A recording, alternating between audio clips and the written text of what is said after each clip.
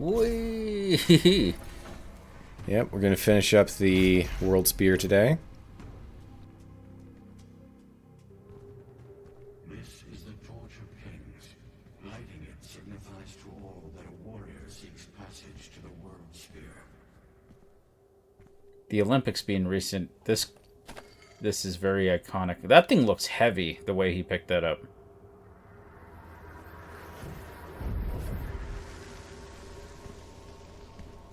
Surprised it isn't red. Like, that came out of Doomguy, right? Like, what was Yeah, it? I think it's meant to represent, like, Wraith energy or Argent energy or something.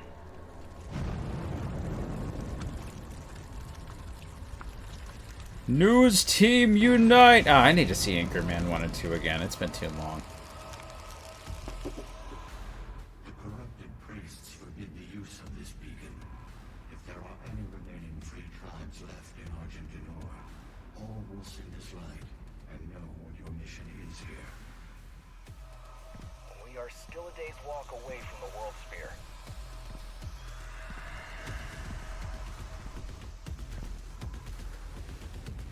How about a minute's flight?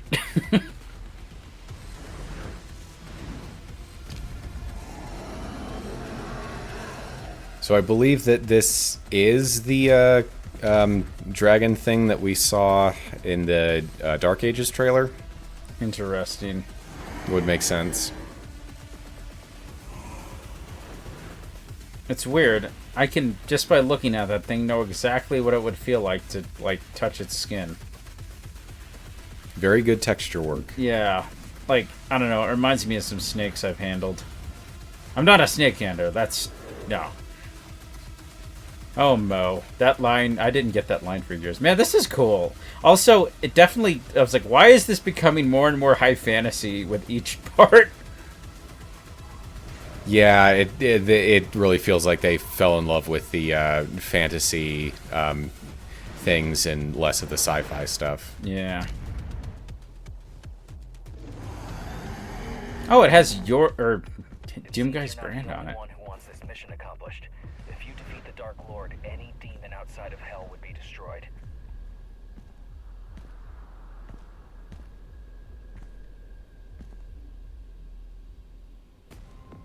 His outfit, for some reason, suddenly made me think of the I Spy a Nephite books from my childhood. I think it's the headband. Did you ever have those? I think I did, yes. They were pretty fun, as far as, like... Yeah. it was a LDS Where's Waldo, more or less.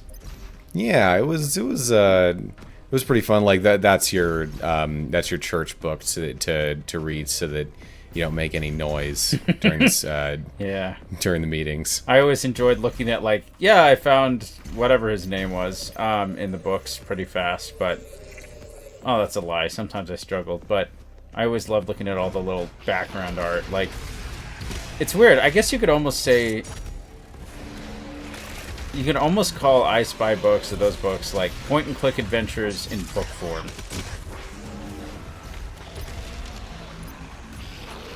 I need to make that point-and-click game. Now that we have that game jam under our belts, I feel like I feel more inspired to, like, maybe actually try to learn Unity and build some stuff. Maybe Unreal, though, because I've been told by one of the guys on our team that Unreal's better for 3D games, so might as well. It's funny, I feel kind of the opposite of motivated to look more into that. Understandable. Like, it was a disaster. I will not... But it wasn't even like a thing of like, oh man, if I just knew this and I would be able to do it so much better. I'm like, I do not want to feel like I am that stressed to do things for like a whole week or whatever. I just... yeah. The game jam life is not for me. I'm so glad you told me you were stressed, because I was like, is it just me? Like, I was like, I haven't felt that stressed since college. I was like, whoa.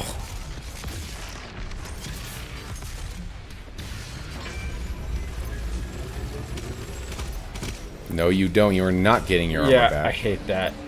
I feel like it regenerates a little quicker than it needs to. It does. It's kind of ridiculous. Like, even with the Sentinel Hammer slowdown, it still feels fast.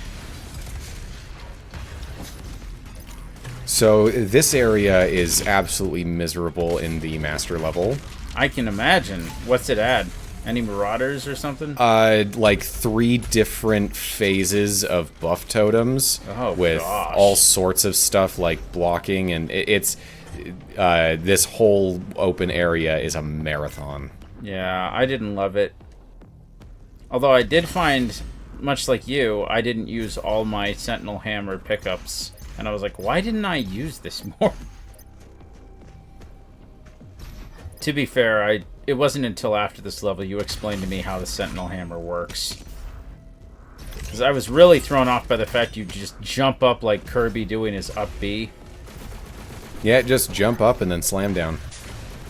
Like, I thought there was a bit of a movement to it where you could, like... I thought it was, like, jolting you forward, so I kept missing. Oh, you can influence its direction up or down. Well, like... your horizontal movement can be influenced during the jump, but if you don't do anything, he just jumps straight up and down. Yeah, that was my big misunderstanding. Huh. Apropos of nothing, I suddenly remembered I need to keep watching Yuru Camp. Even though, once again, the camping season is... Well, I don't know. The fall's a good time for camping because it's too hot in July. I mean, the first season of... Well, the first while of Yuru Camp takes place during the off-season when it's cold. I think they only just recently got into warmer weather in, like, the 3rd season. That's surprising that they'd wait that long. I mean, they don't want to get into like later years too quickly. Like it's still in the same school year for. I see. They don't want to like. Yeah, that's fair. Are they junior high or high school? I can never tell with some anime. I think they have started high school. I see. Just because the problem is some character designs, like, I say this even though I look back at what a high school kid looks like, and I'm like, you're so baby. Although, I don't know, some people, they mature super crazy fast, but, like, yeah, looking back, I'm like, oh, this looks about right. But, yeah, I definitely need to, well, job search aside, I need to watch more anime. Ooh. Or rather, I need to finish what's on my plate for once. Because I think I've been waiting for the last episode, or, yeah, I've been dragging my feet to watch the last episode of Spy X Family's latest season. I think it's because, or did I watch it? Because it was the one with, is Lloyd's code name Midnight or Nightfall? I can never remember. Twilight. Twilight, that's it. It's Midnight that's the girl that has the hots for him, right? I think so? Yeah. Also, I know the pathetic enemy spy is Agent Daybreak. Oh, that's right. He was hilarious. But yeah, I think I did watch her training montage episode, so maybe I did finish the season. Either way, now I'm just waiting for if they're gonna keep making stuff. Well, I'm pretty sure they will. I swear, the master level, you go through this part of the level backwards. Oh. There's something about the way this level is set up that you can do that. Welcome to my least favorite thing in this level. Here we have the Escalation Encounter. So, Wave 1 is required, but afterwards you can trigger an optional Wave 2. You complete it, you get a cosmetic, but you don't have to. And the other thing is that after you do it once, there's no reason to ever do it again because you already have the cosmetic unlocked. Yeah, and the funny thing is I don't even like most of the cosmetics that you unlock in this particular DLC. So it's like, I'm just doing this because of, like, the completion gremlin in my brain. Speaking of which, I went back and forth as to whether or not I would do the both waves of the Escalation Encounter in this playthrough. I eventually decided to. Well, at least I get to see what it looks like on your difficulty. Although, when I remember when I played this for the second time, I did go for the second escalation encounter in this level, and I actually failed it and had to do it over, and I was like, you know what? No, I don't need to, so I didn't for the rest of them. Because not all of these are terrible. In fact, there's an escalation encounter in one of the levels that I found much, much, much easier than one of the actual normal encounters in the level, but we'll get to that when we get to it.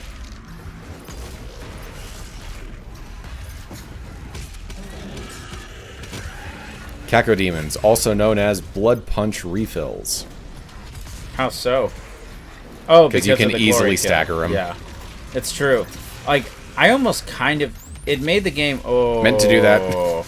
Totally meant to do that. It made the game a lot easier, and I'm grateful for it. But even I'll admit that maybe it's a little too easy to kill a Cacodemon. Although, I guess, you know, you would think for, like, master levels, they'd replace all Cacodemons with pain elementals or something. I mean, usually for master levels, they just have completely different enemy layouts, and it actually could be that those ones tend to have fewer Cacodemons. Yeah, because they're definitely the easy guys. So, the hammer does kill, I've noticed, but it's very inconsistent. For lesser enemies, it can, and also if they are iced, they're frozen, that makes them more vulnerable to damage, but usually for bigger enemies, it just stuns them. But what you saw right there with that mass of imps was one of the reasons why it's considered so overpowered. You flame them, you ice them, and then you get, like, everything back. It's like, pretty great. It's the one tool in the kit that I wish you could take back with you to the, like, main game. In fact, that is pretty cool. I wonder, because it's not like the enemies are all that different. I see no reason why you couldn't make a mod that lets you have the Sentinel Hammer in the base game. Other than that could be a thing that comes out with official mod support. You know me, could already exist. I am a Warhammer whore, so I fell in love with the Skull Hammer from Wind Waker, and ever since then, I'm like, you know what? Swords are great, but hammers do not get enough love. Now, you should probably clarify that by Warhammer you mean the weapon and not Warhammer. Oh, no, yes. Yeah, no. What, do I look like I have $40,000 on me? Even in debt, I still serve. Oh my gosh.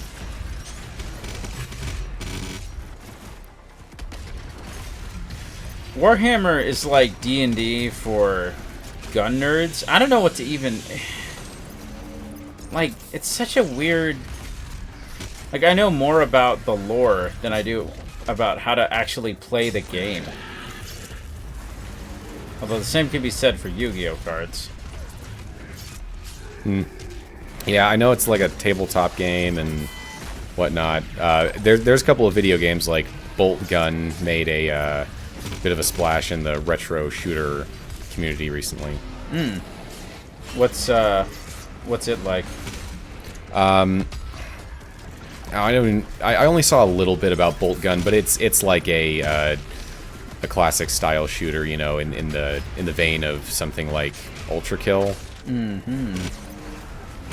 Or Proteus. I see. I really wanted... You know, I'm still disappointed that bullets per minute exists, because what I really wanted was a Hi-Fi Rush. I wanted it to be the Hi-Fi Rush of first-person shooters. Oh well. At least Hi-Fi Rush gets to have a sequel. Thank goodness. I'm just glad they did it fast. We'll see what happens. At the very least, Tango Gameworks lives. Right. But for all we know, whatever company bought them could end up being another Embracer. That's true. There's too much we don't know. It's true. It's just that there's hope. I have high hopes, but... Oh, there's an Archvile in this room that needs to die. I will say that one thing Pat and Wooly were joking about that I'm like, that would be great, even though they probably wouldn't do it. It's like, we were able to port our game to everything but the Xbox for some reason. Just, we couldn't do it. Just after such a... Oh, man. I really wish I used the frag grenade more on the Arch file. It would have been smart. Even when I knew about it, I struggled to make that happen.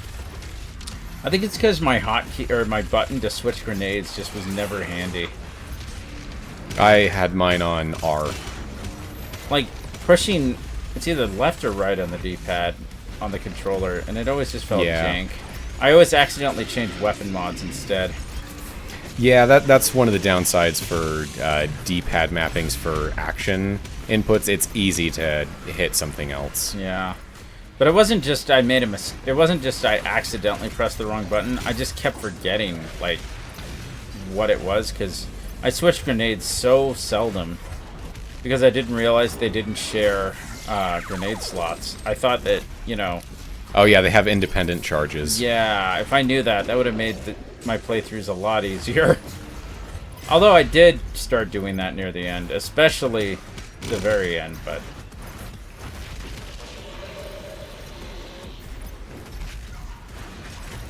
I was wondering what I was doing. I was like, oh, I didn't actually finish the job with that one arch file.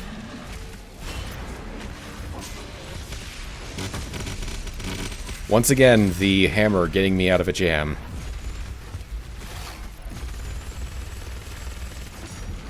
It is certainly much more of an emergency button than the Crucible was. Yeah, and unlike the BFG, it's a lot more reliable. You don't feel nearly as bad for using it up as a BFG shot. And it's a lot less likely not to hit your target. Yeah, like with BFG, you want to make sure that it travels far enough to have as many tendrils as possible. Whereas with the hammer, you don't have to worry about that. You know, I wonder if Team Fortress 2 has ever had any reference to Doom with its, I don't know, just the Heavy seems like a prime candidate for, like, a kind of a Doom guy, like, costume at the very least, or something. Pretty close. The original, which is one of the rocket launchers for the Soldier, is a direct reference to the Quake rocket launcher. Oh.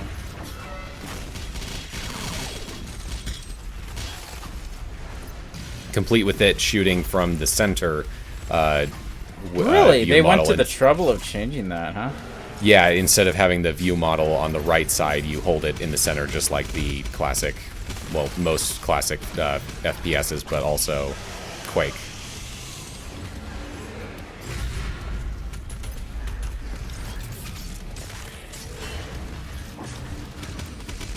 So I was pretty happy with this whole encounter here. I felt like I got off some pretty good some moves. Yeah. Oh yeah, how, like, did you ever consider playing this game with the gun in the center? Nah, I don't. I find that the right side view model is fine, and generally I would prefer to have something off to the side covered up than something in the middle. Yeah. You know, I don't know. Some people just like center weapons for Doom. I'm like, I can separate classic and modern. Same. I'm not married to the weapons in the dead center. When I think, I would say that my primary FPS influence in that sense would be Metroid Prime. Yeah. I was thinking it would be funny to see a mod for Metroid Prime where the arm cannon's in the center. That would look so goofy.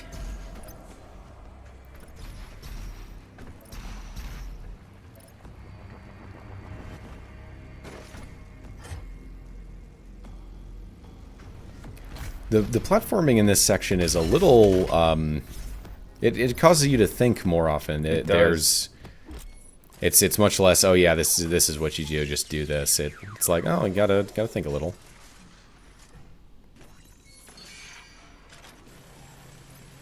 So that was some awfully fast weapon switching on that Marauder, and here's the thing. I only ever weapon switch by pressing Q, which is what I've bound the weapon wheel to, and if you press it, then it just switches back to your last weapon. I have never, ever gotten the hang of using the number keys to swap weapons in classic FPS games, or even modern ones, because it's like, I gotta take my hand off of the movement keys. I might be inclined to let you borrow my Ouroboros mouse, because it has a numpad on the side of your thumb. Like a little weapon wheel in itself. I think I've used those before, and they're not my favorite. Yeah, I bought it because I thought, oh, this is cool. I'll use this for shortcuts in Blender, and then I just don't.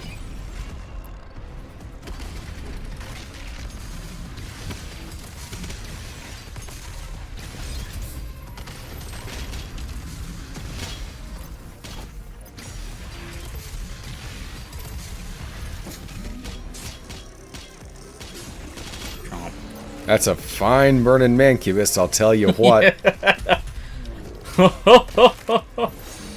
That was a terrible Hank Hill laugh. I never watched that much of King of the Hill. It's better than you remember. If you're, let me put it this way. It feels like the southern version of Bob's Burgers. If Bob's Burgers is like East Coast, then yeah, I think they even have some of the same writers, but it's definitely, I don't know, I would say it's like a halfway between Simpsons and Bob's Burgers, just because, and it's its own thing. Yeah, as a kid, I was allowed to watch The Simpsons. I was not allowed to watch King of the Hill. See, that's me too. And I go back, I'm like, why? Like, I look back at it, I'm like, what was in here that was so vile to my parents? And then I watch it, and I'm like, there's nothing here. I feel like, if anything, Hank's like the most conservative dad like I've ever seen on a TV show. So I'm just baffled to this day. What was wrong with this show? Oh well. I don't know. Maybe it was just that did they swear more regularly than in The Simpsons? I think maybe in a way, but it was always felt like, I don't know, they had your dams and your hells and your, like, I don't know, I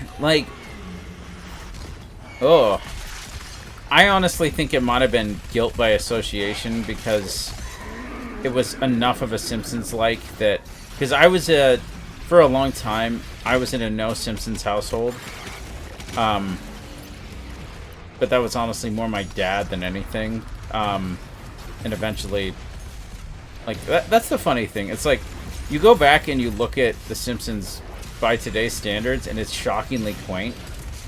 But to be fair, adult animation, when it's bad, it's really bad. Like, oof. I still don't know how Big Mouth keeps getting more seasons. I just don't understand. Like, I know it has fans, but I don't think I could ever be one. I know exactly why Velma got a second season. I just don't know how it got greenlit in the first place. Yeah.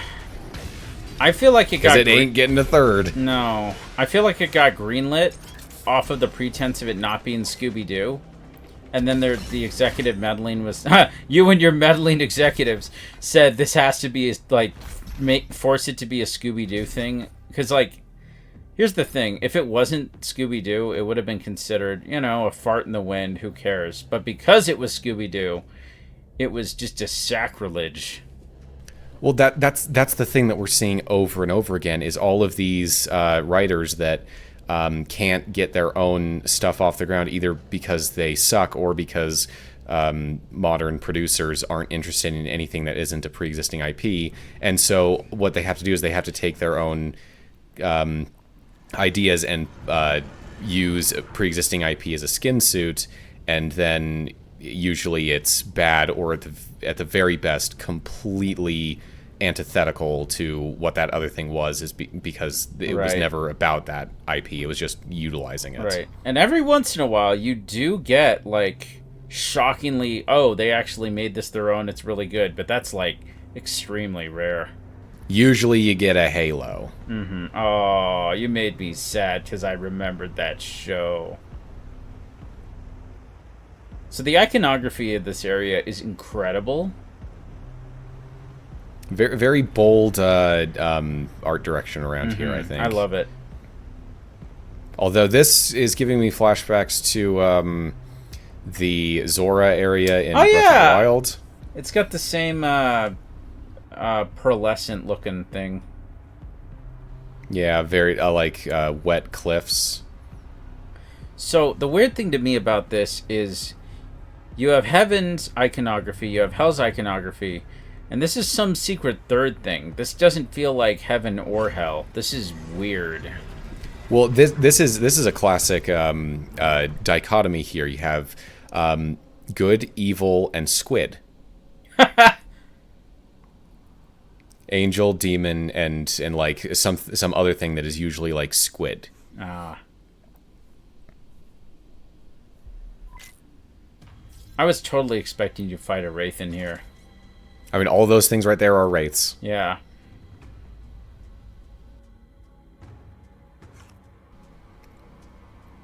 Because the World Spear looks like some kind of I don't know, some kind of ship. That is what they say in just a minute here, the intern. This is unlike anything we've ever encountered. Not even Urdak gave off readings like this.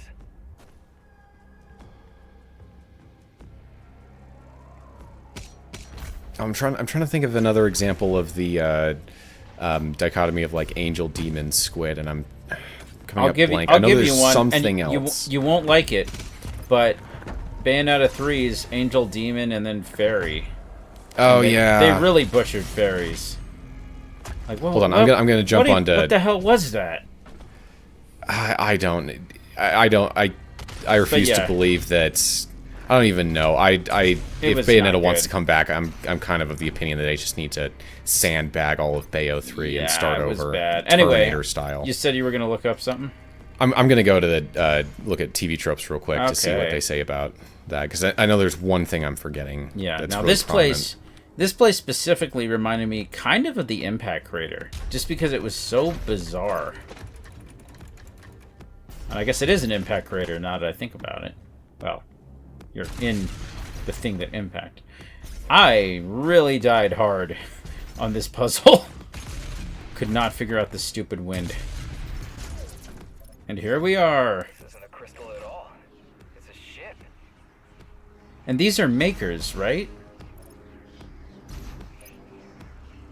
Makers? Yeah, in a circle, these holographs. Oh yeah, they're makers. Yeah. And now we know these things we can. The gate of Taboom locked in. I find it weird they like, we'll just reuse this thing you've been collecting. But I'm like, why didn't we just... Okay. Okay, so TV Tropes doesn't have nearly as many entries for that as I thought. But oh well.